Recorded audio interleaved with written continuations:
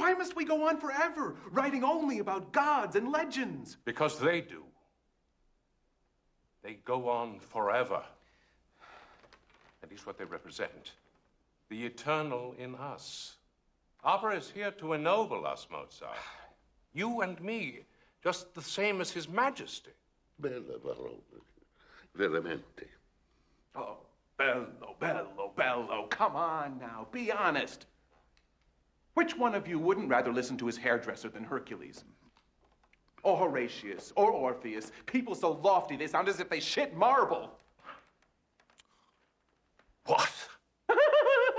Govern your tongue, Mozart. How dare you?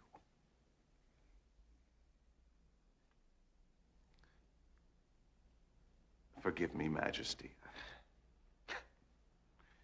I'm a vulgar man.